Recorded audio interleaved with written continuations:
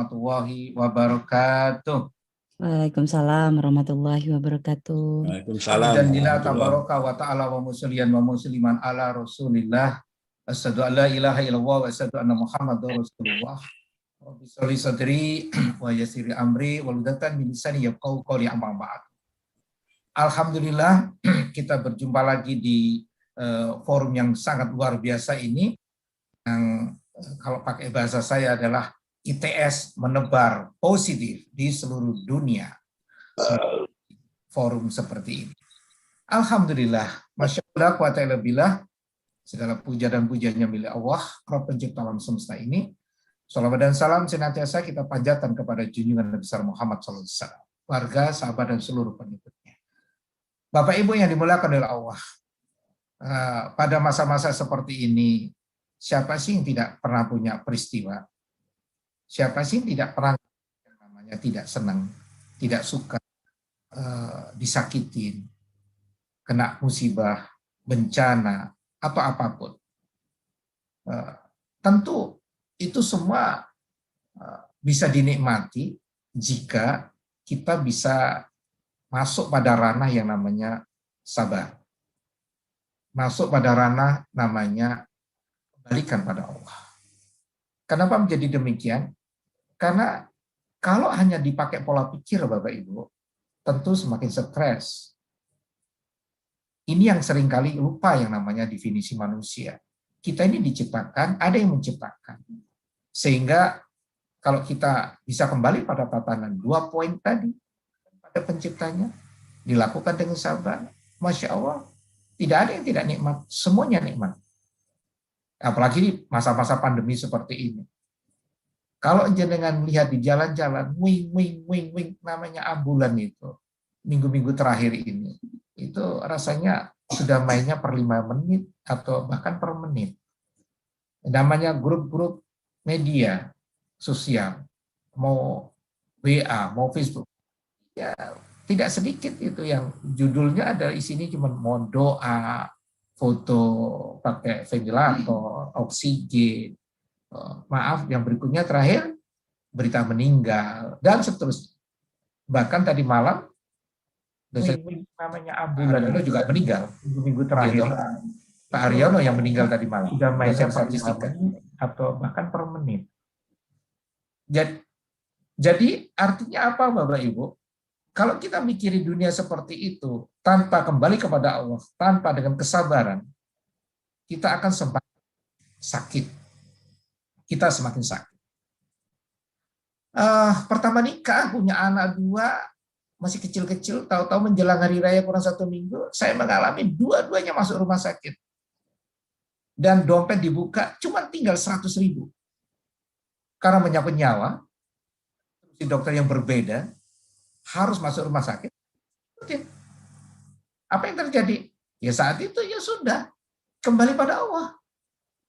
Gak mampu kita mikir seperti itu. Pernah dikhianati dalam sebuah bisnis hampir ratusan juta. Pernah. Partnernya adalah sahabat sendiri. Ratusan juta. 2016. Sakit hati, yes. Mau caci maki siapa? Mau dibunuh, bukan solusi. Orangnya nggak ketemu. Ya kan? Itu dalam bisnis. Dalam menyangkut tentang sakit, tahun lalu saya pun reaktif COVID. Sudah merasakan 2 malam di ruang isolasi. Bagaimana tidak enaknya. Dalam konteks kesendirian seperti itu, akhirnya tidak bisa tidak, Bapak Ibu yang dimuliakan oleh Allah, kita mesti kembali kepada Al-Baqarah 155. Yang terjemahan bebasnya kurang lebih seperti ini firman Allah itu. Sungguh, aku akan beri kalian semua ini dengan sesuatu yang tidak disukai. Kemiskinan, kelaparan, stres, ada yang bunuh diri, padi, kena tikus, dan apapun yang kita tidak suka. Itu sungguh kata Allah. Sungguh aku akan beri kalian. Namun Al-Baqarah 155 ini memberi pelajaran yang luar biasa. Ternyata masih berlanjut ayat itu, namun berita gembira itu. Loh, aneh kan kadang-kadang. Loh, ini kok bisa? Oh, tidak disukai manusia. Menurut Allah, beritakan berita gembira itu. Buat siapa?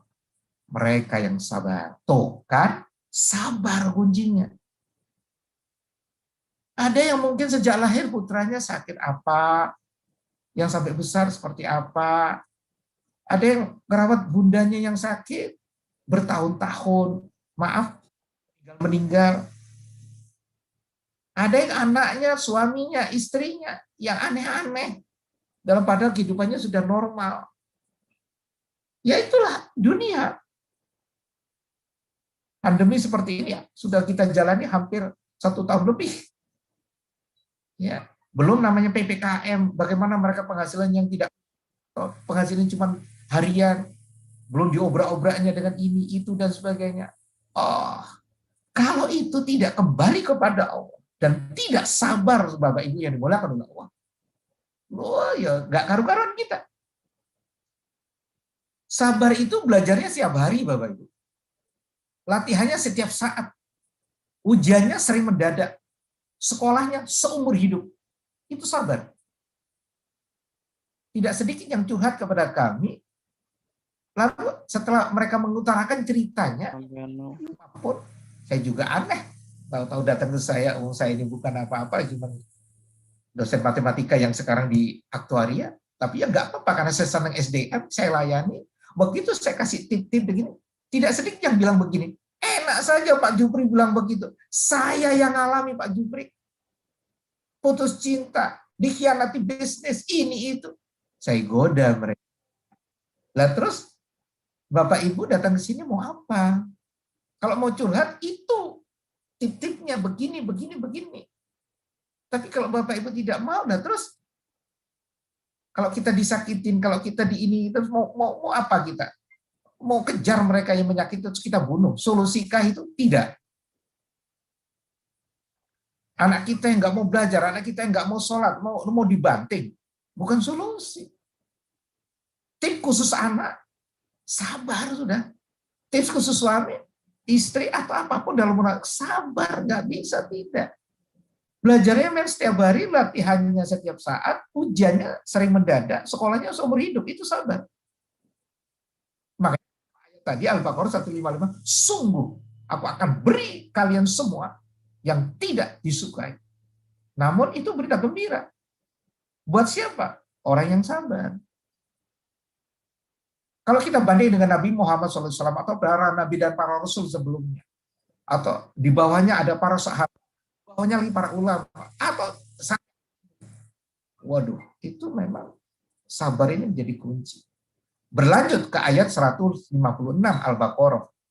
Jika menghadapi seperti itu, sudahlah saudaraku, Bapak Ibu yang dimuliakan oleh Allah, ucapkan dengan cepat, segera, inna lillahi wa inna ilaihi raji'un. Semua datang dari Allah, kembalikan pada Allah.